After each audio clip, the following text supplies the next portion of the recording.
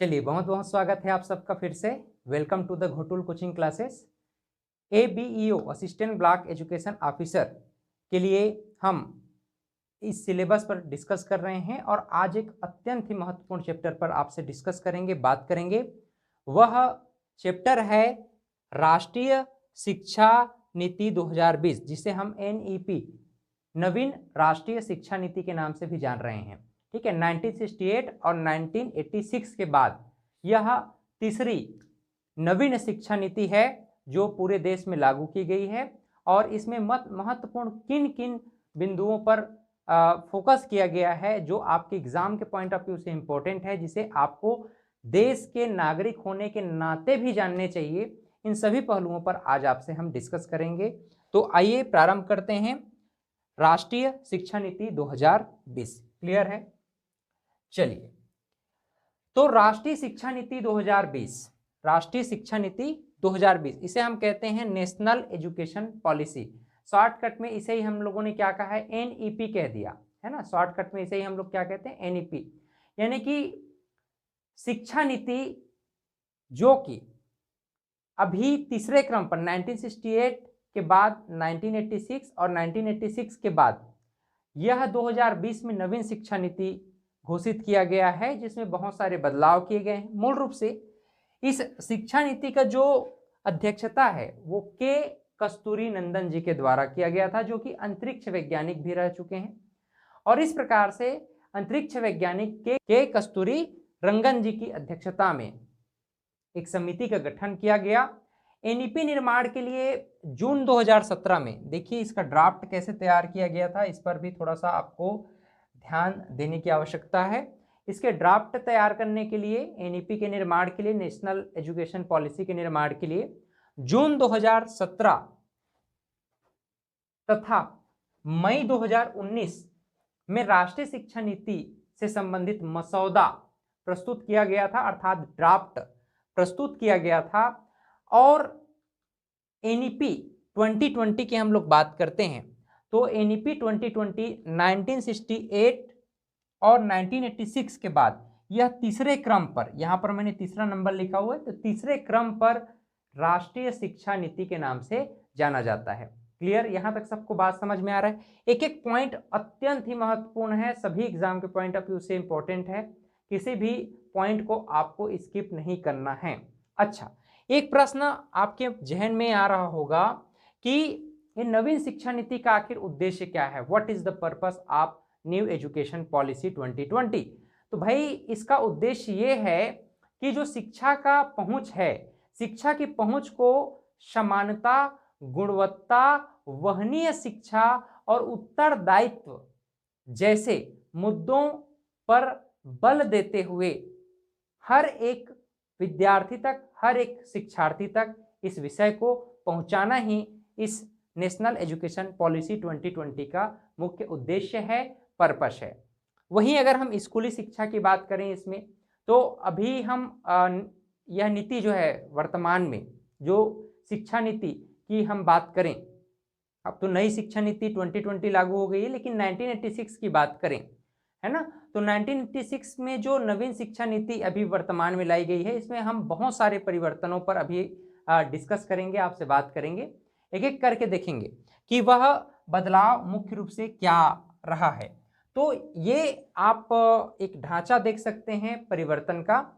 आप देखो एक बास्केट था, इस बास्केट में हम मुख्य रूप से 10+2 शिक्षा नीति की बात करते थे, लेकिन अब हम लोग क्या बात करेंगे, 3+2+3+3+4।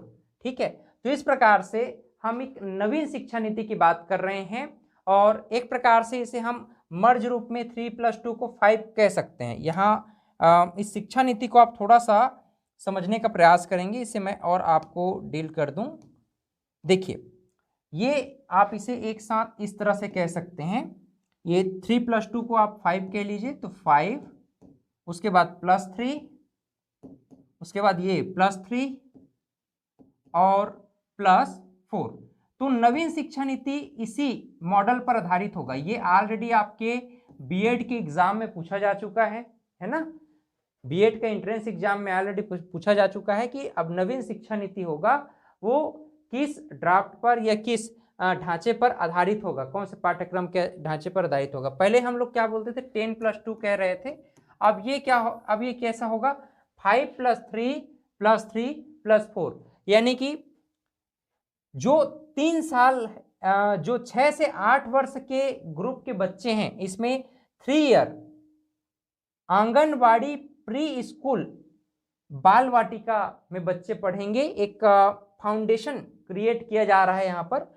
2 साल बच्चे कक्षा 1 और कक्षा 2 में अध्ययन करेंगे। इसके बाद 8 से 11 वर्ष के जो बच्चे हैं वो क्लास 3 से 5 तक अध्ययन करेंगे। ये मॉडल आपका 3 हो गया। ये मॉडल आपको समझ में आया 5 का।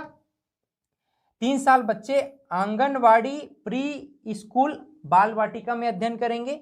फिर बच्चे 7 और 8वें वर्ष में कक्षा 1 और कक्षा 2 में जाएंगे। फिर 8 से 11 वर्ष के जो बच्चे हैं कक्षा 3 से कक्षा 5 तक अध्ययन करेंगे। तो ये 3+ आपको समझ में आ गया होगा। +3 यहाँ पर देखिएगा, कक्षा 6 से कक्षा 8 तक एज ग्रुप के जो बच्चे हैं 11 से 14 वर्ष के बच्चे कक्षा 6 से कक्षा 8 तक अध्यापन करेंगे। तो ये 3 भी सेटिस्फाई हो रहा है। यहाँ से अब 4 की बात करें तो कक्षा 9 से लेकर कक्षा 12 तक के बच्चे जो कि 14 से 18 एज ग्रुप के बच्चे होते हैं मूल रूप से, ये 9वीं से 12वीं तक की एजुकेशन प्राप्त करेंगे। तो ये हो गया 4। क्लियर। तो 5+3+3+4 बहुत ही महत्वपूर्ण बात यहाँ पर मैं आपको बताने का प्रयास कर रहा हूँ, इसको आप लोग ध्यान में रखेंगे। ये पिछले एकेडमिक ढांचे को यहाँ पर दर्शाया गया है इस बास्केट में 10+2 के आधार पर। 6 से 16 वर्ष, उसके बाद 16 से 18 वर्ष, ये एज ग्रुप को भी आप लोग ध्यान में रखेंगे। इसको मैं नेक्स्ट स्लाइड में आपसे और अच्छे से डील कर देता हूं ताकि आप इन चीज़ों को भूल ना पाएं। अब यहाँ पर ध्यान दीजिएगा, देखो यहाँ पर जो एज ग्रुप है ना, यहाँ पर जो एज ग्रुप है मूल रूप से कक्षा 1 से लेकर के या आंगनबाड़ी से लेकर के हम यूं कहें कि कक्षा 12वीं तक 5+3+3+4 इस ग्रुप में इसको डिवाइड किया गया है। तो यहाँ पर हम इसे पुनः लिख लेते हैं 5+3+3+4, ये अपना मॉडल है, राइट। अब देखो यहाँ पर देखिएगा, ये 4 फाउंडेशनल स्टेज है मूल रूप से नवीन शिक्षा नीति 2020 में। तो division of NEP 2020 national education policy 2020 का विभाजन हम कर सकते हैं इन 4 फाउंडेशनल स्टेजेस में। पहला फाउंडेशनल स्टेज में क्या होगा, मुख्य रूप से 3 से 8 वर्ष के बच्चों को शामिल किया गया है। और 3 से 8 वर्ष के जो बच्चे हैं, है ना, मूल रूप से हम देखें तो ये जो है 3 वर्ष मूल रूप से, है ना, 3 वर्ष प्री एजुकेशन प्राप्त करेंगे, यानी कि आंगनबाड़ी और बाल वाटिका में ये अध्ययन करेंगे। उसके बाद कक्षा 1 और कक्षा 2 के लिए ये 2 वर्ष यहाँ पर आप ऐड कर दीजिए। तो टोटल कितना हो गया, टोटल हो गया 5 वर्ष। ठीक है, तो ये 5 वर्ष हमारा सेटिस्फाई। फाउंडेशनल स्टेज 2 की बात करें तो एज ग्रुप के बच्चे कहाँ से कहाँ तक पढ़ेंगे, यहाँ पर हम देख पा रहे हैं, यहाँ पर एज ग्रुप के बच्चे हैं कक्षा 3 से लेकर कक्षा 5 तक अध्ययन करेंगे। एज ग्रुप है 8 से 11 वर्ष के बच्चे। वहीं फाउंडेशनल स्टेज 3 में 6 से 8वीं तक के कक्षा में 11 से 14 वर्ष के बच्चे अध्ययन करेंगे। क्लियर। यहाँ पर कुछ महत्वपूर्ण बातें जो आपको विशेष करके ध्यान में रखनी चाहिए वो ये है कि 6 से 8 वर्ष के बच्चों को एक तो प्रोफेशनल और स्किल एजुकेशन प्रोवाइड कराना प्रारंभ कर दिया जाएगा। यानी कि 6 से 8वीं तक के बच्चों को, 11 से 14 वर्ष के बच्चों को स्किल ओरिएंटेड एजुकेशन के साथ साथ प्रोफेशनल एजुकेशन की सुविधा भी उपलब्ध कराई जाएगी। ये अत्यंत ही महत्वपूर्ण हो जाता है इस सेगमेंट में। वहीं अगर हम फाउंडेशनल स्टेज 4 की बात करते हैं तो 14 से 18 वर्ष के बच्चे 9वीं से लेकर के 12वीं तक की कक्षा पढ़ेंगे, यानी कि 4 वर्ष। तो 5+3+3+4 ये सेटिस्फाइड हो जाता है यहाँ से। और मूल रूप से कक्षा 9 में विषय चुनने की सुविधा यहाँ पर मिल जाएगी। कक्षा 11 में विषय को चुनने की सुविधा पहले उपलब्ध थी, अब कक्षा 9 में विषय चुनने की सुविधा उपलब्ध है। तकनीकी शिक्षा के द्वारा अध्यापन पर विशेष जोर दिया जाएगा। साथ ही साथ कक्षा 6 के बच्चों को ये प्रोफेशनल स्किल तो दिया ही जा रहा है ना। इसके साथ ही साथ स्थानीय स्तर पर इंटर्नशिप भी कराई जाएगी ताकि बच्चों को रोजगार के लिए अच्छे अवसर उपलब्ध हो सके। वहीं 4 वर्ष के जो सेकेंडरी स्टेज की जो एजुकेशन हम यहाँ पर देख रहे हैं, मूल रूप से 14 से 18 वर्ष के बच्चे जो 9वीं से 12वीं तक की कक्षा में पढ़ेंगे, उनको कक्षा 9 से ही विषय चुनने की आज़ादी होगी।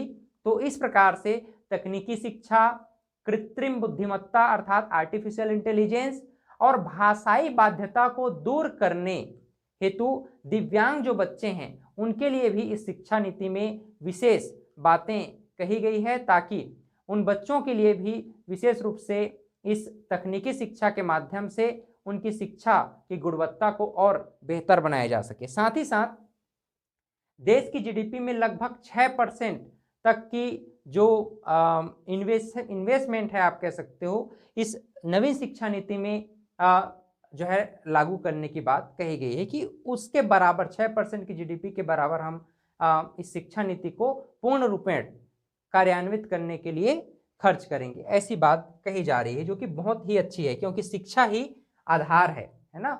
सुनहरा भविष्य की विज्ञानवादी इस नए युग में जो एक क्रांति है, रिवॉल्यूशन है, वह एजुकेशन के माध्यम से ही आएगा। इस नाम से यह एक बहुत ही बढ़िया कदम है। नवीन शिक्षा नीति जो आया है वाकई सराहनीय बात है, और इस शिक्षा नीति को जल्द से जल्द एक प्रायोरिटी के आधार पर लागू होना चाहिए, ताकि आगे चल करके जो बच्चे हैं, और आगे अभी देखिएगा ना, मैं इससे आगे जो एनईपी में कुछ नई बातें कही गई है, जैसे कि यूजीसी, एनसीटी, एआईसीटी, इनको खत्म कर दिया जाएगा और एक नया संगठनात्मक संरचना बनाई जाएगी, एक नया रेगुलेटरी बॉडी बनाई जाएगी। सभी के लिए कॉमन एंट्रेंस टेस्ट होगा। जैसे अभी एक यूनिवर्सिटी के लिए टेस्ट आयोजित किया जा रहा है, कॉमन यूनिवर्सिटी इंट्रेंस टेस्ट, जिसको हम CUET कहते हैं। आपने सुना होगा CUET करके, है ना, CUET, common university entrance test, ऐसा करके एक एग्जाम हो रहा है ना। तो इस प्रकार की जो कॉमन इंट्रेंस टेस्ट है, ये यूनिवर्सिटी में भी प्रवेश करने के लिए उपलब्ध कराई जाएगी। यहाँ पर कुछ बातें और हैं जो कि एग्जाम के पॉइंट ऑफ व्यू से बहुत इंपॉर्टेंट हो जाता है, जैसे कि MHRD, इसका फुल फॉर्म क्या होता है भाई? Ministry of human resource development. अब देखो, ministry of human resource development, अब इसका नाम बदल दिया जाएगा, मानव विकास संसाधन जो मंत्रालय है, इसका नाम बदल करके अब क्या रखा जाएगा? शिक्षा मंत्रालय। क्या रखा जाएगा? शिक्षा मंत्रालय। तो ये एक इंपॉर्टेंट टर्म हो जाता है आपके एग्जाम के पॉइंट ऑफ व्यू से, ये भी आपको ध्यान में रखना है कि MHRD का नाम बदलकर अब क्या रखा गया? शिक्षा मंत्रालय, मिनिस्ट्री ऑफ एजुकेशन रखा गया। और इस मिनिस्ट्री ऑफ एजुकेशन का पर्पस क्या होगा?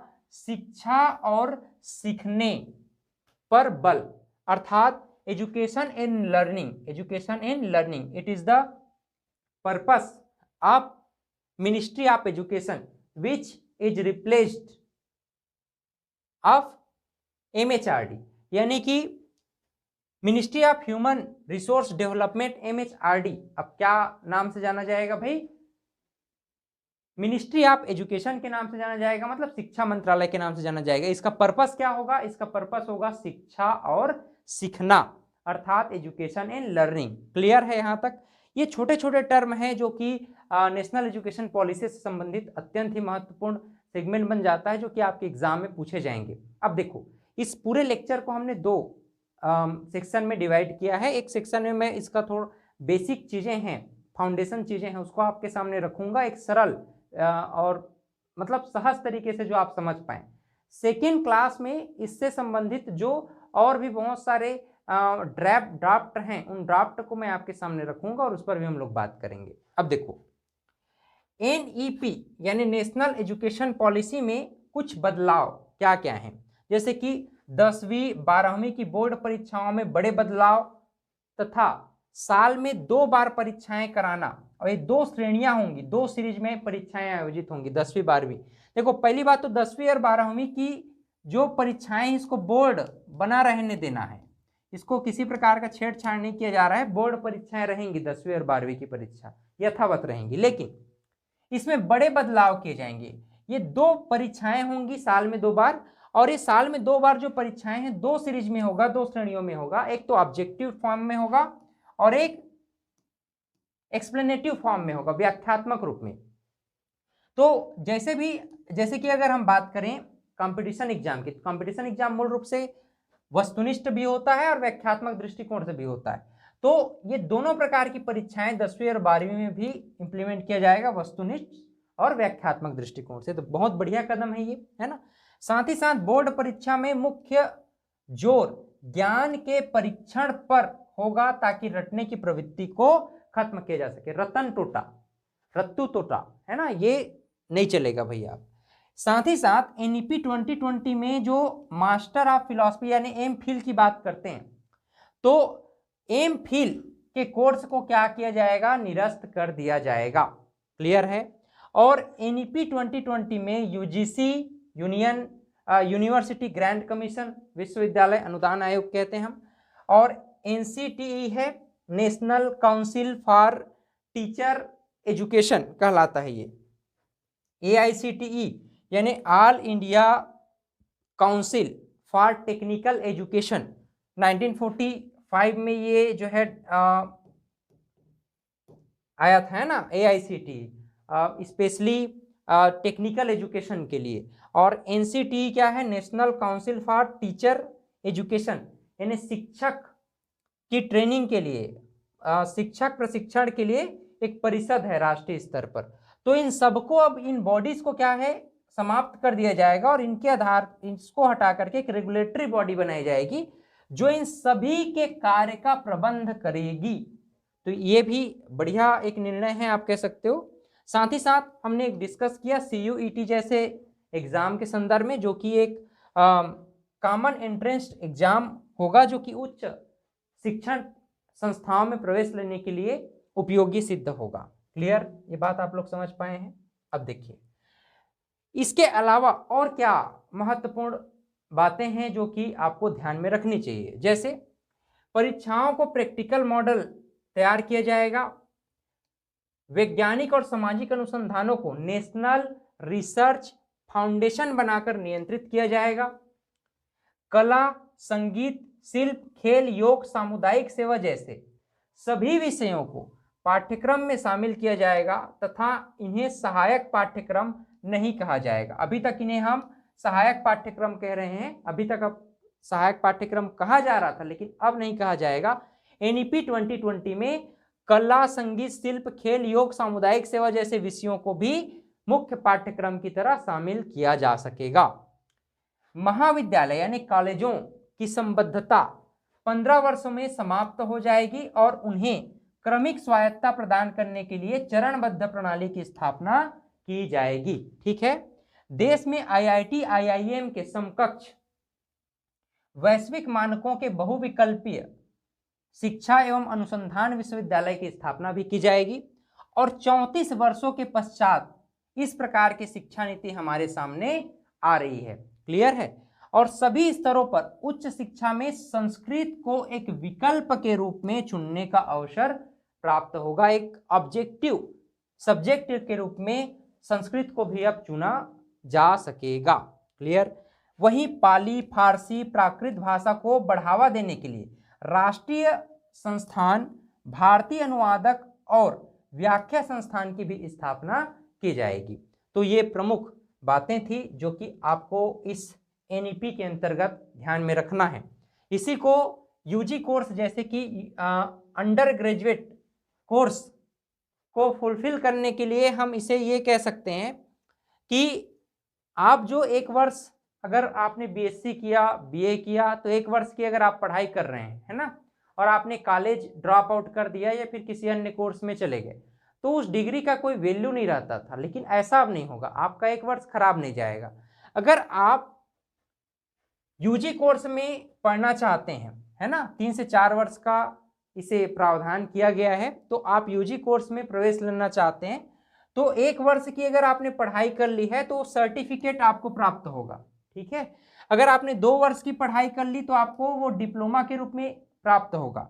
अगर आपने 3 वर्ष की पढ़ाई कर ली तो बैचलर डिग्री के रूप में आपको प्राप्त होगा। ठीक, प्रोफेशनल कोर्स की बात नहीं कर रहा हूँ, जैसे इंजीनियरिंग की बात है, इंजीनियरिंग 4 वर्ष की होती है ना, मेडिकल की पढ़ाई 4 वर्ष की होती है।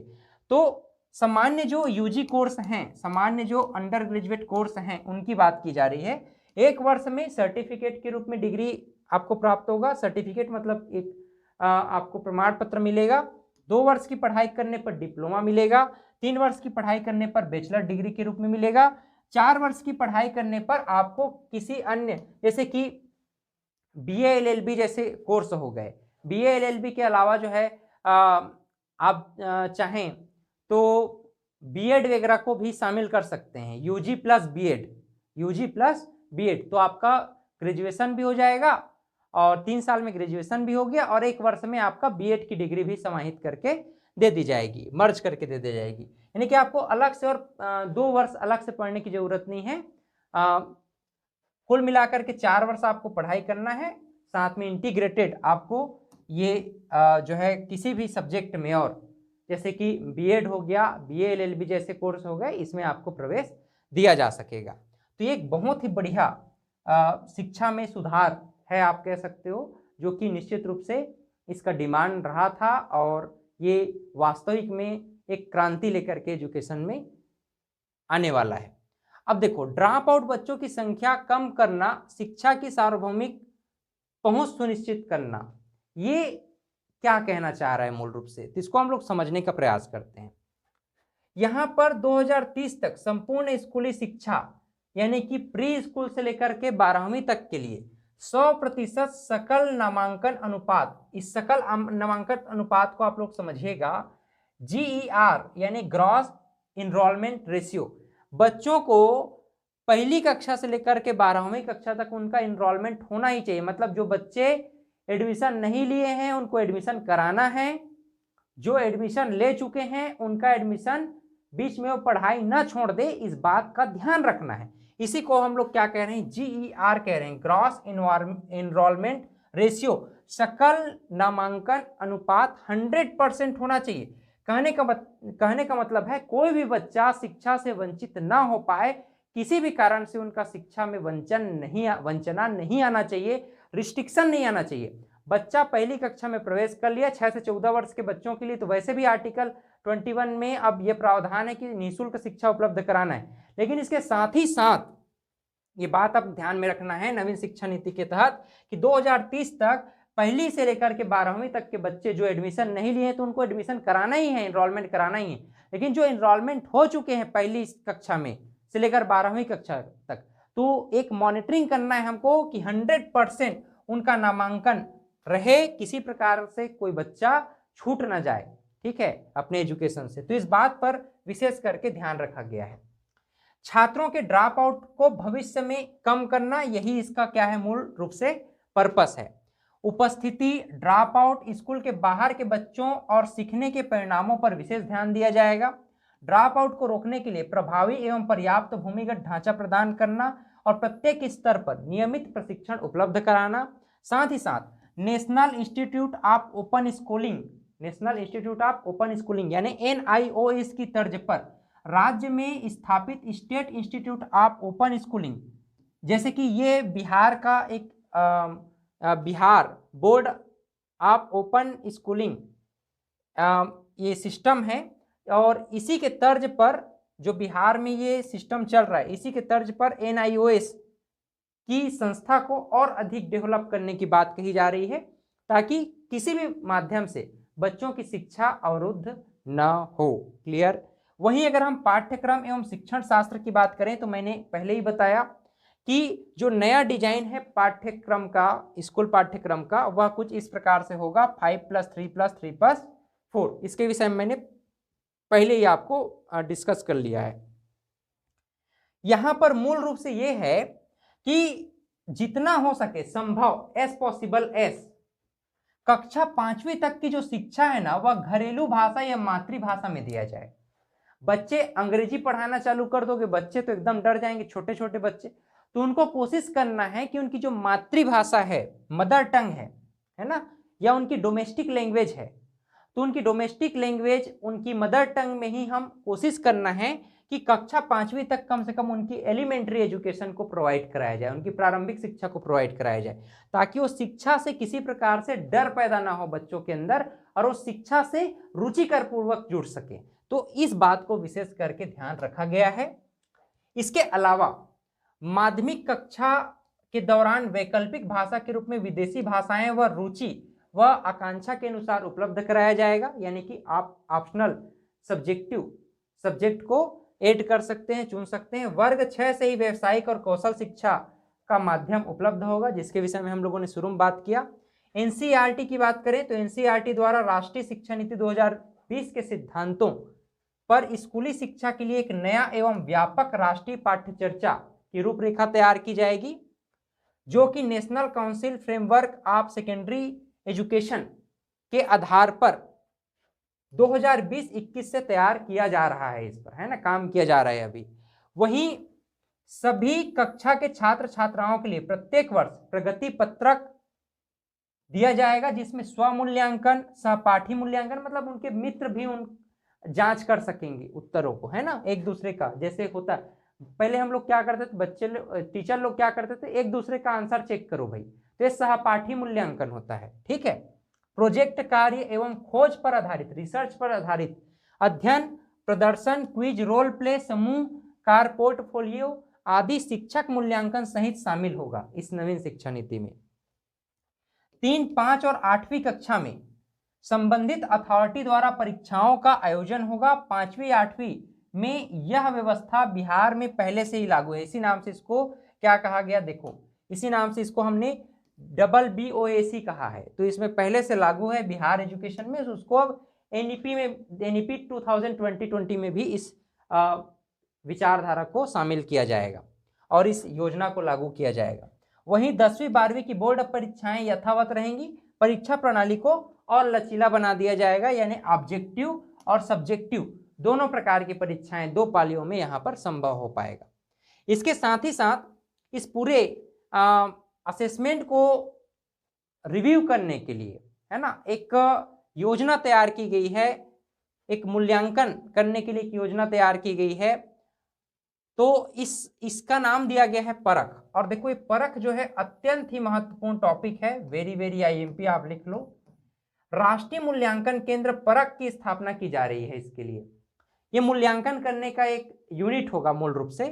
परख का फुल फॉर्म क्या है, देखो, performance assessment review and analysis of knowledge for holistic development. ये क्या है, परख का फुल फॉर्म है। तो आपके एग्जाम में डायरेक्ट ऐसा भी क्वेश्चन पूछा जा सकता है कि परख का फुल फॉर्म क्या होता है, बताएं आप। तो परख का फुल फॉर्म आपको बताना है performance assessment review and analysis of knowledge for holistic development. अब देखो इसका काम क्या होगा, राष्ट्रीय उपलब्धि सर्वेक्षण जारी करना, माध्यमिक शिक्षा का सार्वजनिकीकरण किया जाना।